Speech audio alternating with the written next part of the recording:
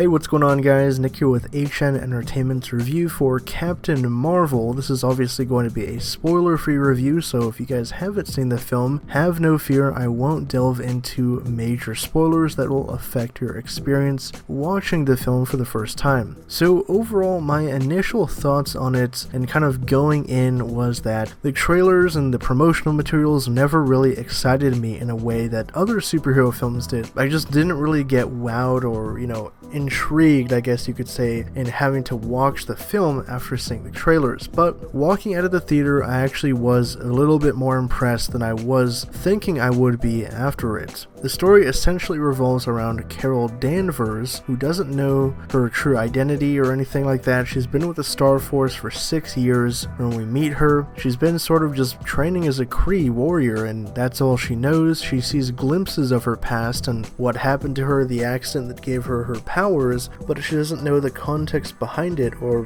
who was really there. So it's not a traditional origin movie in the sense that we see the character before they get started, we see them get their powers and then learn how to use them and ultimately defeat a villain or something. It's kind of told in different ways, and there's a lot of big twists and reveals that happen throughout the film. Obviously a lot of eyeballs are on Brie Larson because of her being the title character, and a lot of people were really curious to see how she would fit into the MCU since her character is being added so late into the game. I mean, she's going to be a big part of Avengers Endgame, but up until now we haven't seen her at all, and we just got that little tease of her in Infinity War. A lot of people really skeptical of how she was going to fit into the larger universe and everything. And I have to say, my thoughts on Brie Larson's Carol Danvers was I liked most of her performance, but I am still kind of left wanting to see more of her before I can get a full opinion. It's not like really how I felt after watching the first Iron Man or the first Thor, where I get a really great sense of their character and I want to see more from them right away. After seeing this movie, it's more like, well,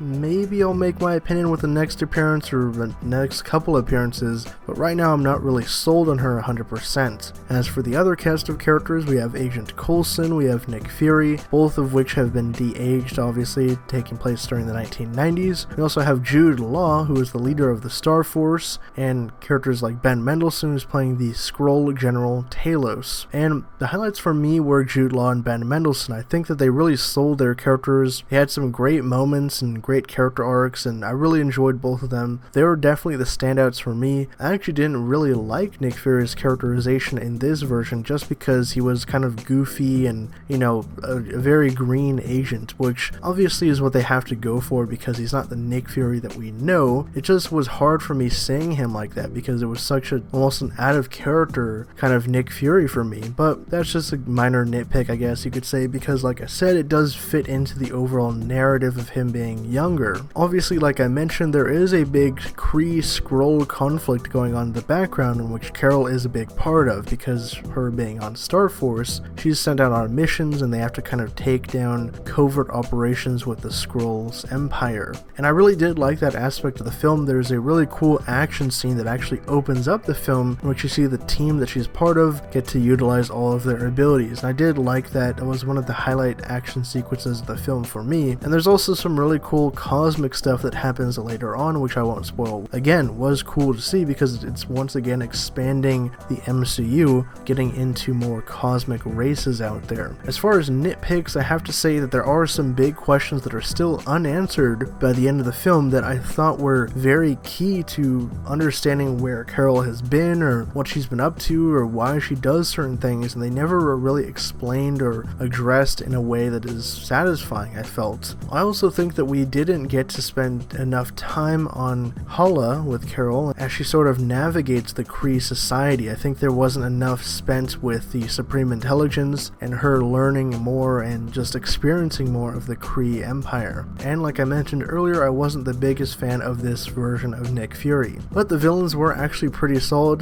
Skrulls were awesome, can't wait to see more of them and how they fit into the larger MCU now that they've all been introduced. So my final score for the film, I am leaning on a 7. Again, I have to think about it more, sleep on it. This is just me sort of recording a raw reaction coming out of the film, but right now I'm pretty much at like a 7. It's middle of the road. It's not like a great smashing runaway success film for me, but it's also not a bad MCU film. It's not Thor the Dark World levels or Iron Man 2, you know, it actually is pretty solid overall, so I am going to give it a 7 out of 10. I recommend that you guys go check it out because it does fill in some gaps for Avengers Endgame. So if you guys have had the chance to see Captain Marvel, let me know what you thought down in the comments below, but let's try to keep it as spoiler free as possible to preserve that first viewing experience for all the other Marvel fans out there that haven't seen the film yet. For more updates on Captain Marvel and everything in the MCU and pop culture, be sure to subscribe to HN Entertainment.